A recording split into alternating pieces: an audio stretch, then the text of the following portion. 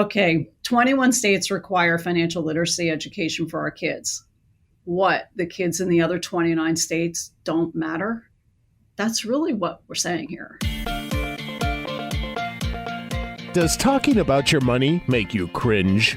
Are you tired of fighting about finances? Do you want to stop sabotaging your financial happiness? Then you are in the right place. Welcome to Breaking Money Silence, a podcast series aimed at helping all of us talk more openly about money. Your host, Kathleen Kingsbury, is a wealth psychology expert who is doing what she does best, speaking about taboo topics. International speaker, author, and founder of KBK Wealth Connection, Kathleen understands money and our relationship with it. Over the past decade, she has empowered thousands of people to break money silence at home and at work. Now, here is Kathleen. This episode is sponsored by Life Transitions by Dr. Amy, helping financial advisors and their clients have deeper, more meaningful conversations so that life changes are better connected to financial plans. To find out more, visit dramy.life. Today we have a very special podcast episode. We are talking about how the financial literacy education system has failed and what can be done about it. In the United States, there are only 21 U.S. schools that have some form of personal finance education. And often these are mixed in with other classes. They're not necessarily standalone classes. Now, there's a variety of legislation that has been put into place to change this, but this is a battle that's been going on for a long time. And so my guest today, Michelle Arpin Begina, is somebody who has been involved in this battle, and she has won. So she's going to talk to us a little bit about what it is about the financial literacy system, and I'm thinking the more traditional system that hasn't really worked so well in terms of educating young people and adults about money. And then we'll talk about how she was able to be victorious in getting her state to do something very different. So Michelle, welcome to the podcast today. Thank you, Kathleen, and thanks for this opportunity to talk about such an important topic. Let's start with the whole idea of financial literacy training. Some people who are listening in might know about that, some might not. So can we just start by having you define why it's important to teach young people about personal finance? Great question. So I think it's important because we do, I think, a relatively good job of focusing on what I'll call careers and income. So I think we're more interested in teaching people and giving them the skills to go out and be able to earn a living, and then not what to do with their money once they are earning that income. And I think there's a huge disconnect there. And where it shows up is in things like we have people with over $1 million of student loan debt in this country right now. Yikes. It shows up in buying into the mischaracterizations of people who have wealth, and we confuse income with wealth. We don't know things like the average American has $9,000 of net worth, and we're buying into, I think a lot of times, somebody else's definition of the American dream. I just have never accepted that the dream is the white picket fence, a house, and 2.5 kids. Like, my American dream is much bigger than that. I think most people's are. And we also have a taboo, which you're an expert in, around talking about money. There's a statistic out there that really shocked me as a financial advisor, which is 64% of people with a financial advisor don't feel like they have anyone to talk with about their money. And I think where we're going wrong in our system is that we're not emphasizing financial literacy in a matter-of-fact way, where on the one hand, we're going to teach the knowledge and the skills, and on the other, we're going to make the associations between the social emotional piece, which is we have behavioral biases that are just built into us biologically, and we have emotions that can either greatly fuel our ambitions and help us make all the right decisions, or those emotions can fuel us in a different direction where they get us stuck and prevent us from making the decisions, maybe based on our program and our beliefs that we get from home, society, schools, everywhere. So what's interesting to me is you raised two different issues. One, the idea that school is really about preparing for career, but after career, what do you do with the income that you're earning? I think that's a really interesting perspective. And I know for me, when I look back, and I'm a older Gen Xer, I can remember that it was all about career, and we did have one finance class, but it was about maybe a week long, and it was about taxes. And I failed miserably at it. I'm happy to report I do my taxes much better now as an adult. And that's certainly not enough. So that's fascinating in itself. But then the other piece that you're talking about is the idea that we don't have training that actually builds in the emotional side of finance. And one of the things I used to say, or I still say, I guess, is that financial literacy training needs to involve not only the skills and knowledge around finance, but it also needs to include our insight, that emotional intelligence, that social emotional piece that you just mentioned. So why do you think that's left out of so many financial literacy courses? I think there's a couple of things. I think probably in the last 25, 30 years or so, concepts like behavioral biases and behavioral coaching and the psychology of everything, I think it's starting to go from being in the towers of the Ivy institutions out into mainstream. And I think we're seeing that on podcasts and lots of books on the market. So I think there's been this shift, right, where the academics have been researching this, and our school systems and our parents and the rest of us haven't really caught up with all this research, but it's really time. And just as a little aside, Kathleen, you just made me think about the one and only financial literacy lesson, not even an education curriculum that I received, was from my reading teacher in the 3rd grade who taught us how to balance a checkbook. Cool. Period. End of sentence. That was it. And then the rest was watching the train wreck of my parents handling their money. So there you go. Yeah, you didn't have, I don't know if you want to say a few words, but you didn't have the best role models. I think I was fortunate, and then my parents did teach me how to balance checkbooks and, do the basics around finance, but certainly nothing about investment and talking about emotions. Ooh, I became a therapist in my former life just to rebel. So, but for you, what were those messages like? Because balancing a checkbook certainly isn't enough. It's very interesting you bring up my parents. We had completely opposite experiences, Kathleen. So my parents didn't talk about any of the investing knowledge or general knowledge around financial literacy, but I sure got the role models on the social emotional part, because my parents were spendthrifts.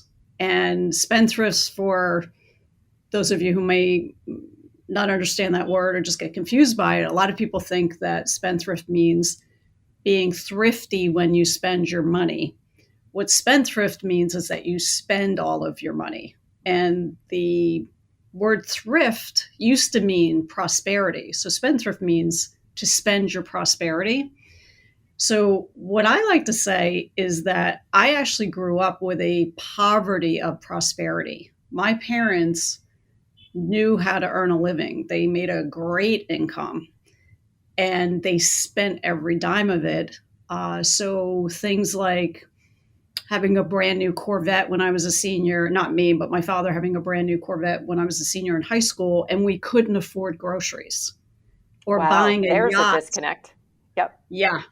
Or buying a yacht with my college fund at the end of my senior year and then telling me, you're on your own. I don't have the money to send you to college.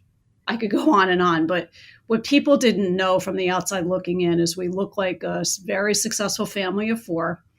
And what people didn't know is that my parents were always down to their last $5 every time they bought a big ticket item.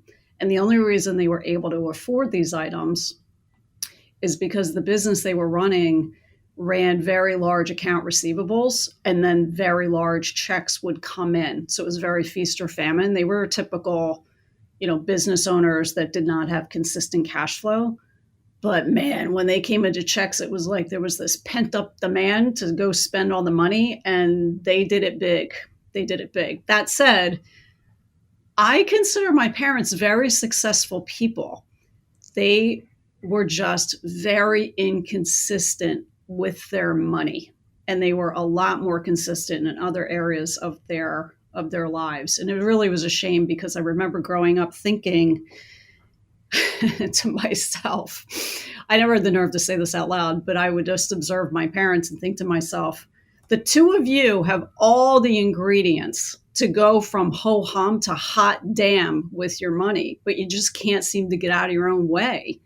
And it was actually watching my parents and thinking stuff like that really led me to become who I am and to do what I do for a living, because I didn't have the knowledge or the skills or maybe the gall when I was 10 or 12 or 16 years old thinking this stuff to actually be able to coach my parents and help them to do better. But I desperately would have liked to. Yeah, no, absolutely. I think certainly where we come from often informs where we end up. And I think no kid should have to coach their parents. I think what is really cool is that then you are taking your history and doing so many corrective actions, not only in your own life, but certainly in the school system. So tell me a little bit about how you think if behavioral finance or financial psychology was part of the curriculum in high school or even in middle school, how that would be helpful for our kids when it came to their financial literacy as adults. Well, if we just pick apart the behavioral finance piece for a second, what's cool about teaching biases, because that's a large part of what behavioral finance is recognizing things like when we are overconfident in our decisions or in our thinking about our decisions. And then knowing, okay, well, the antidote to being overconfident is to seek out opposing opinions. So what I mean by this, for your listeners, is let's say that you're thinking about a certain decision and you really feel very certain about it, and you're not being open to other points of view, the devil's advocate approach, so to speak. That's actually a sign that you need to open up and receive more information so that you're making a more complete decision. And what's great about behavioral finance is when you're being taught biases, it applies to any area of your life, finance, health, you name it, it applies to everything. So I think learning our natural biases that are both biological and then also come from our social conditioning, I think applies across the board. It just really happens to help with finances. The psychology piece, to me, Kathleen, you're a therapist, you know better than I do on this, but to me, the psychology piece is really more your mindset, where that mindset comes from, whether or not you have a growth or a fixed way of looking at life, whether you think you can develop the skills for something or whether you think you're born with it, whether you are trying to live out someone else's expectations, kind of going back to the American dream comment that we talked about a few minutes ago, or whether you're marching to the beat of your own drum and you're okay with feeling disappointment of others when you're not doing what they think that you should be doing. And then the last is your heart really in it, right? The things that you're going after, are they really the ones that you want to be going after? And or are you phoning it in and it's really not that important to you? So I think all of that psychology and the behavioral biases, all of that has nothing to do with having knowledge, let's say, of the markets or investing or types of insurances or which retirement plan to pick for your small business. So to me, they're very, very distinct.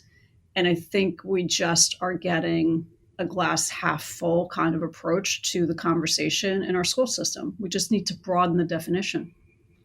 Yeah, I would agree, because I think if financial literacy training, the way it's been taught traditionally, which is more the technical side without this behavioral finance, emotional piece, that we would have seen a change in our financial literacy rates. There would have been something that would have been dramatic, as opposed to really being kind of stuck for a long period of time.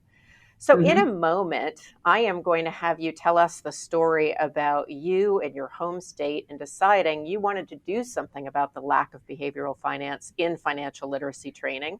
But first, we're going to take a quick break. I'll be back in a minute with Michelle Arpin Begina. Hey, it's Kathleen Burns Kingsbury, and I just wanted to say thank you for listening to the Breaking Money Silence podcast. I hope you're enjoying today's episode. I wanted to just tell you about a service that I provide that may be of interest to you or your family or one of your clients. It's individual money mindset coaching. What does that mean? That means I work with individuals to help them identify their automatic thoughts and beliefs about money and help them feel more comfortable and confident when it comes to finances.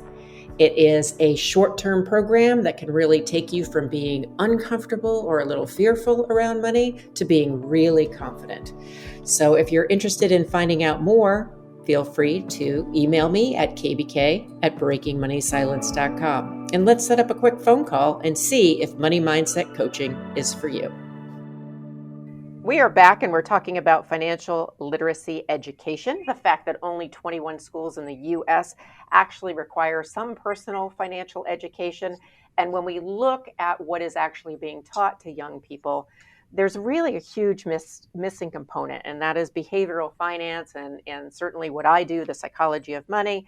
And so Michelle Arpin Begina is with us, and she's talking about her thoughts about it. But I want her to tell her story, because it is amazing, Michelle, what you were able to do, I believe, in your home state of Jersey in terms of making a huge difference. So fill the listeners in. Thank you for the opportunity. It's actually one of my favorite stories to tell. And I was the catalyst of something, but ultimately what happened was really in conjunction with, a great team of New Jersey educators and administrators. But what happened for me was I was reading a book, and when I read, my brain goes off there in tangents. I have these ideas that are like branches off of a tree, the tree being the book. And I was reading this book, and all of a sudden I went off on one of my little mental tangents and found myself with my iPhone in my hand looking up the New Jersey financial literacy standards and rereading them. Now, why that book sparked that at that moment, I cannot tell you. It was not the first time I had reviewed the financial literacy standards. It's a topic I'm interested in. However, it was the first time that I noticed that psychology of money and behavioral biases were not included in our standards, and thought, that's really interesting. I wonder what it would look like if those areas were included in what our kids K through 12 were learning. I wonder how we would get that done. And then I jumped to, well, who's in charge? I got to figure out who's in charge so that I can talk to them. Finding who was in charge was a little bit of a challenge, which I'll spare your audience from listening to, although I do have some tips on how to navigate if anybody's interested or you want to go down that road, Kathleen. But what ended up happening for me is I jumped on the New Jersey Board of Education website, and I started looking for who's in charge, because I am not interested in teaching financial literacy. And I think that across the country, there is a lot of curriculum. There are a lot of lesson plans. There are a lot of people who go in and teach. I was a little bit more interested in kind of a grassroots change that started from the top down, right? So as you mentioned earlier, only 21 states require financial literacy education as part of the high school graduation standard. I'm more interested in, well, how do we affect change from the top? But I'm just a grassroots person trying to do that. it was a little bit of a long road to find the person, but I did ultimately find the person. And when I talked with him, I pitched the idea in three ways. I said, first, I am a mom of two sons who attend the New Jersey public school system. I am a financial advisor, and I have seen firsthand how not having a well-rounded financial literacy education can really impact someone. And I told this gentleman the story of someone named Fred, who I had come in contact with, who was potentially going to be a client of mine. Fred was 55 at the time I met him. He worked for a C-suite. He worked in the C-suite of a major public company, and he made with his stock options $1.1 million a year. And he had $55,000 saved.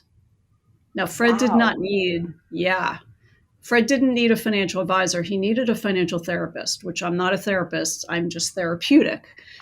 And I was not able to help him. And I've never been able to forget Fred. It was one of the most extreme cases that I had ever come across. And Fred's outlook was that he was going to be able to maintain his lifestyle once he retired. And he really did not understand the disconnect between where he was at 55 and where he might be at 60 or 65 or 70. And that was all this gentleman needed to hear from me. Now, what I had prepared when I talked to him was a letter. I did have some sample lesson plans and my CV at the ready. My dumb luck was that New Jersey was actually reviewing all of their subject learning standards. A lot of states, not a lot, every state has periodic reviews of their learning standards for every subject. Well, New Jersey was entering that period, and they were looking to form committees. So about 3 months later, I got a call back from this man who asked me if I would be interested in joining their financial literacy review committee, which is under careers and income in New Jersey. And I absolutely accepted for a couple of levels. Yep. Yeah, one was no one's ever going to advocate your ideas better than you. And I wanted to be in the trenches with this. So it took from March of 2019 until the end of 2018, going back and forth to the Capitol, Trenton, New Jersey, to the State Board of Education offices, countless numbers of time, rolling up my sleeves, shoulder to shoulders with administrators and teachers from all across the state who are not paid to do this work, who all volunteer to parse every single word of these standards, to reorganize them, to throw out some standards that are just outdated, to update others, and then to create brand new line of items in the standards. And then ultimately, we carved out an entirely new section called financial psychology. And it includes all of the things that we talked about.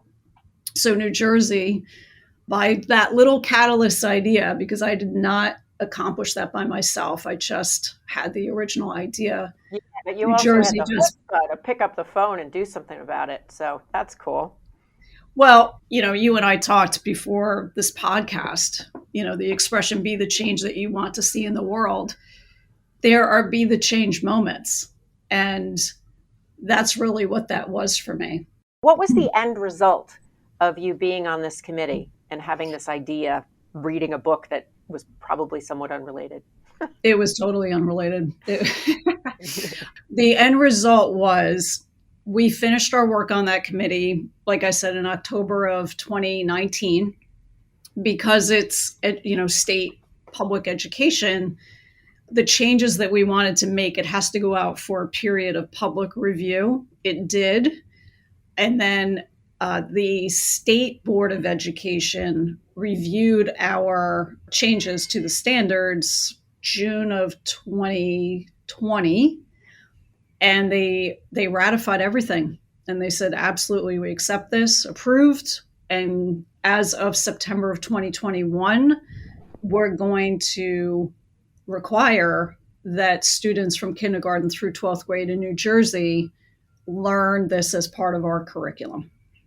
So I we just just love became the that. first state. Yeah, it was And the pretty great. first state. So what I want you to do with the time that we have remaining, Michelle, is talk a little bit about what each and every one of us can do and to try to get this into our state. If you're listening and you're really interested, and I know I'm interested, and I know some people in Vermont that I can contact as well, but tell us what we would need to do in order to advocate for this change in financial literacy. So I'm going to break it down in two ways to look at it. I think the first is whether or not your state requires financial literacy education, because I think we're talking about two things. If your state already requires it, it's then about expanding the definition of financial literacy, like we've been talking about. So I think if your state already requires it, in a way, you have an easier go ahead because you're not actually talking a state into making it a mandatory to begin with. So let's first start with the states who require it. An easy way to know whether or not your state does or does not is to check the Council for Economic Education's website. They have a report called Survey of the States. It's a biannual report, and it will tell you whether or not your state is or isn't included. So you can get clear about that first. Then I would find your state standards, and I would look up the New Jersey standards and just read them to compare them so you're familiar with what your standards look like, because every single state looks different from another. And something I learned in the process, even though you may have a state that has learning standards, every single local school district gets to decide how to implement those standards, right? The curriculum they're going to teach or how they're going to teach it. But what they have to do, what is unified, is they all have to teach to a standard. So standards are not, here are the lesson plans. Standards are, when you're done teaching this curriculum, that student should be able to fill in the blank, right? Discern the difference between a stock or a bond, or know how to file their taxes, as you talked about. So they're learning objectives, really. Correct. Yep. Yeah. Okay. Yep. But start with, does your state require? If they do, look at your state standards, and then if you want, compare them against New Jersey, because the big distinction is that we have the financial psychology piece. Then you have to start looking for who's in charge. And it could be as easy as going to your state board of education and looking it up, doing a search, financial literacy, and the person in charge may pop up. Or you may have to do a little bit more digging. So looking at like career readiness, or key skills, careers and income. Sometimes financial literacy fits in under another bucket. So you may have to do a little bit of navigating to figure out who is it that I would talk to at the state education level. The other thing that I would say is go to your local school administrators or teachers, especially the ones that may teach financial literacy or financial literacy related subjects. And you'll find those social studies, math, and economics are usually the subjects that financial literacy will get incorporated into, and ask them for guidance. And the type of guidance that you're asking them for is not, hey, do you think this is a good idea? Because what you might run up against is a teacher who, and I respect teachers, who already have their plate full. And if you're adding another thing that they need to teach, you may get some pushback there.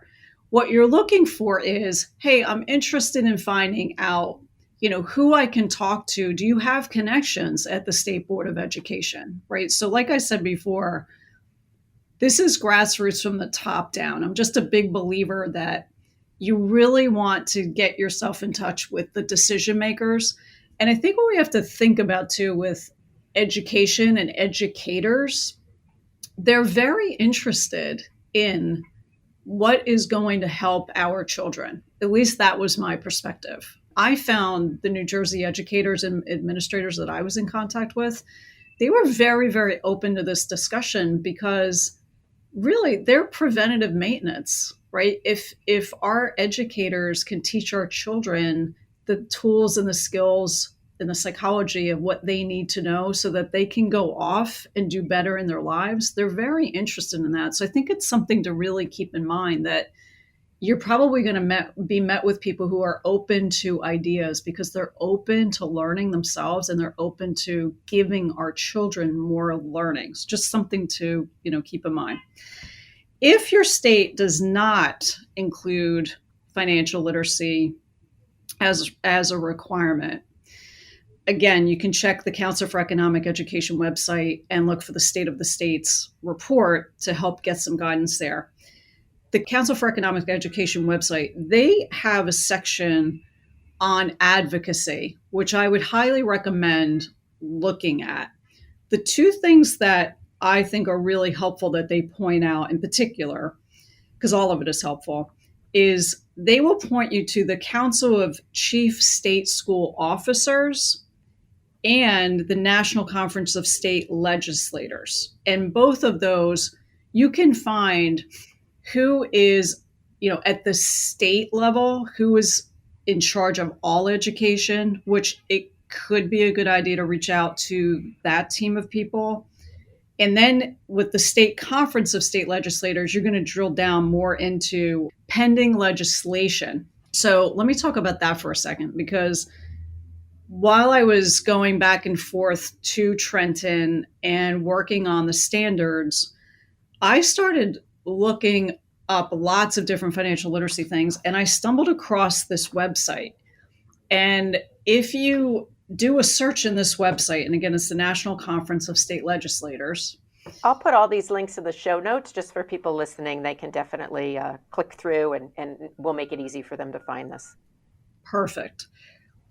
If you search financial literacy, what's really cool is this website, these people are running total basically of pending financial literacy legislation in each state. So you can look up, like, for example, I looked at it this morning in preparation for our talk today, Kathleen, and there are only 13 states out of the 50 that don't have pending legislation. So why that might be helpful is, in addition to talking with school administrators, in addition to talking with state boards of education, if you're trying to get financial literacy mandated, you can also look at the bills that are on the floor that have been proposed by elected officials. Now what you have in your back pocket are elected officials who are interested in your topic, and they will be very receptive to having a conversation about financial literacy. And then the third level is talking to your local and your state elected representatives about this topic and getting it on the radar. And, you can always I always say you can use New Jersey as a benchmark because we are the first state to bring out financial psychology and to mandate that for our students. But I think you can look at, if you're a state that's not including financial literacy as a requirement for high school graduation, you can benchmark it against just about any other state and say, hey, this state is offering this to our children. And what the way I always like to talk about it is, okay, 21 states require financial literacy education for our kids. What, the kids in the other 29 states don't matter? That's really what we're saying here. Yeah, no, it's really impactful. I love that you gave us a step-by-step. I'm going to put that in the show notes, a little summary of that. We are out of time, Michelle, but I want people to know where they can reach you, both if they're interested in working with you in your firm or learning more about how to be an advocate. So share with us, where can people find out more about your work? The two best places to find me are to send me a note on LinkedIn or a connection on LinkedIn, or go to my website, which is Michelle with two L's, ab.com. So michelleab.com. And you can send me an email there. You can sign up for my newsletter, reach out if I can help on this topic. Awesome. I suggest people go to the website, and we'll put both links in there, but because there's a lot of exciting stuff that Michelle is up to. So you want to stay up to date. It's much more than just financial literacy, But thank you so much, Michelle, for breaking money silence on this topic with me today. Thank you, Kathleen. This episode is sponsored by Life Transitions by Dr. Amy, helping financial advisors and their clients have deeper, more meaningful conversations so that life changes are better connected to financial plans. To find out more, visit dramy.life. Thank you for listening to Breaking Money Silence, hosted by Kathleen Burns Kingsbury, a wealth psychology expert, author, and founder of KBK Wealth Connection. If you like what you heard today, be sure to subscribe on iTunes or your favorite podcast app and leave a review. Also, share this episode with your friends and family. It is a great way to get the conversation started. For more money talk tips and information, or to hire Kathleen to speak at your next event, go to www.breakingmoneysilence.com.